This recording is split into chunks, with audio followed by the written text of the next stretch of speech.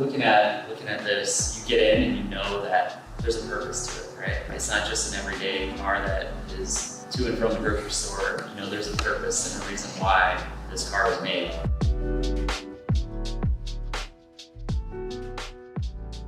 So my first car was a Honda Accord station wagon. Nice. 1996, I believe. And after that, the axle failed in our driveway. So I was like, oh, you know what? I need to figure something else out. And was fortunate enough to get into a stick shift Civic back then. So 5-speed Civic coupe. I got into an RSX from there. And our RSX S was something that I had been on the forums and learning on the forums, you know, and that was really when the passion started. And then from there, moving out of school, I had a G35 coupe. And that's actually the first car that I brought onto the racetrack, which led me ultimately to this, knowing that the S2000 obviously is a lot lighter of a car. It has a lot of runway when it comes to, you know, different mods you can do to it. And it was something that I knew would be reliable enough to beat on the weekends. But then still clean up and look nice if I wanted to go with cars and coffee. This one has, I think, 4 different owners before me. It's been in California, it's been in Arizona, and bounced around. I was fortunate enough to find it when I lived in Venice. The guy was the owner of one of those dealers, and he would drive it down to the dealer on the weekend. I'll never forget this. When I was talking to him, he said, "Did you notice how bad the pictures were?"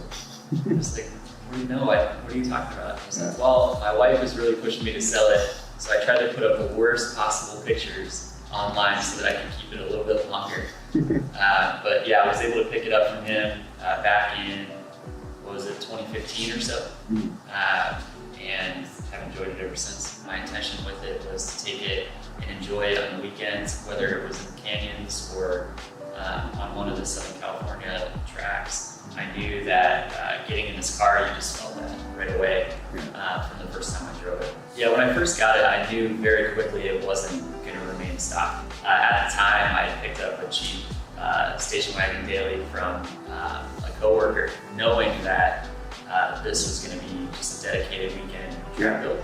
And so with the previous car that I had, it was the only car. And so I would gut the interior, take it to the racetrack, and then try and fix it before I do the work on it. Personality, I mean, it drives very much like a Civic until you get to about 5,500 RPM, and it revs up to just around 9. It feels like any other car, very low torque, and then when you get on it, that's when it becomes alive and a lot of fun. It's a Honda, right? So the parts are easy to get. They made quite a few S2000s across AP1 and AP2, so it makes it a very low entry cost to worry about maintenance. And then from reliability, it's a Honda as well. Like I said before, it was important to me to be able to arrive and drive, right? So drive up to Buffalo, go out all day, 4 sessions, 5 sessions, and then drive back in the afternoon. Knowing that it would be able to do that and take that beating was something that attracted me to the S2000. And then I just think for the cost of entry to get into an S2000, it is far above that when it comes to capability. It gives you a lot of good handling experience, and learning to drive the 6-speed at speed is quite a bit of fun.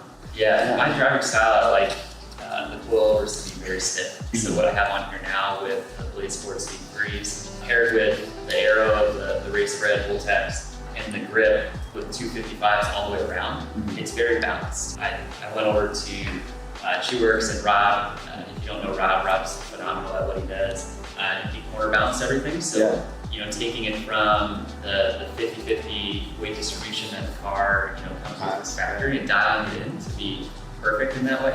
I personally am not at the level where this thing is tapped out yet, and that's what keeps bringing me back to bringing it out on track, because it challenges me to continue to learn, to be developed as a driver, and it's phenomenal. It's a great car. I can't say versus other cars too much just because I haven't been in some of those cars at the Canyon, but what I can tell you about this is similar to the track, it just feels very planted. It gives you a lot of confidence. Driving through the canyons, it's a lot of fun. You're going to go out early in the morning before people get up. Drive the fun roads out there. see the beautiful sights, and this thing just, it does very well. You have to pay close attention to what you're doing in this thing because it is a shorter wheelbase. It likes to come around in the back.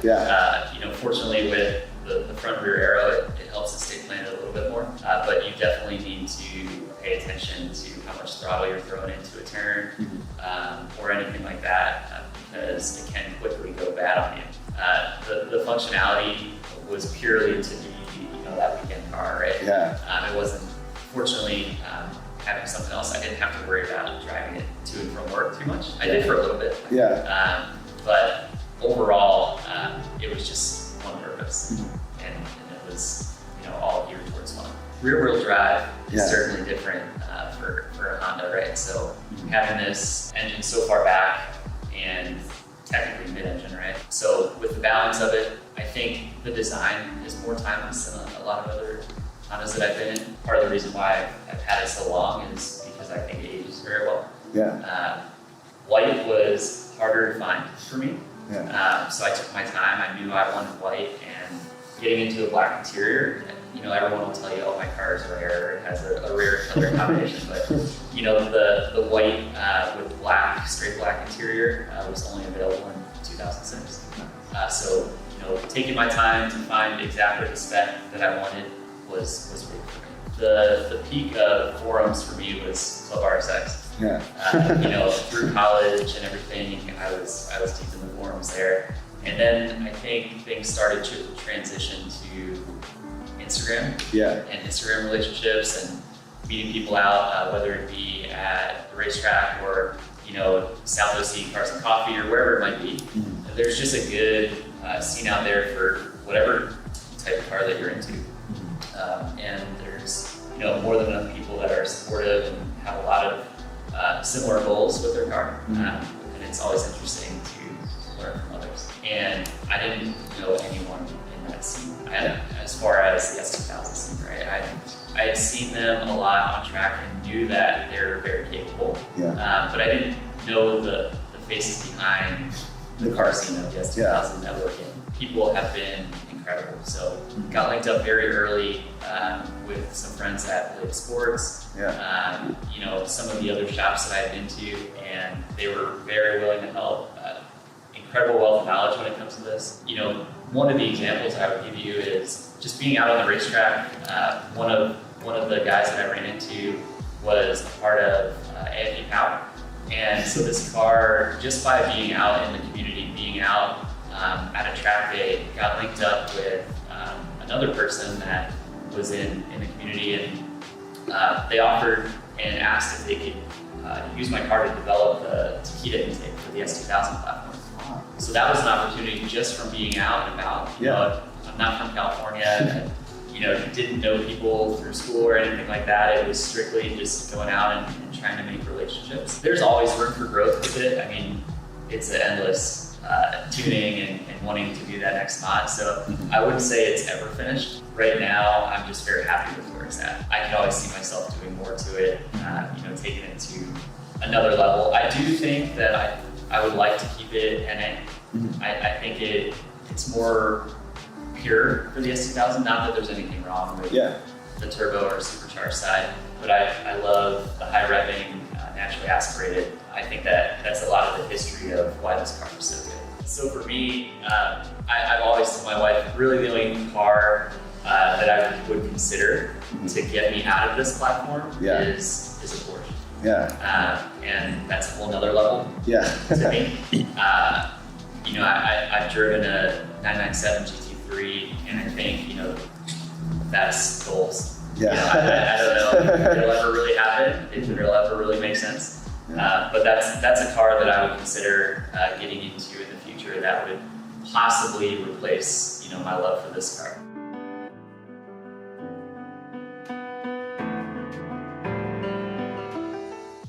This is Yorba Linda Elite Auto Detailing. They provide best-in-class, full-service interior and exterior detailing, as well as paint protection film to protect your car from rocks and road debris, as well as ceramic coating to protect your car's paint for up to 5 years. Yorba Linda Elite Auto Detailing has been in business for many years and has helped car owners revive their rides. Be sure to schedule an appointment today at www.yorbalindaeliteautodetailing.com.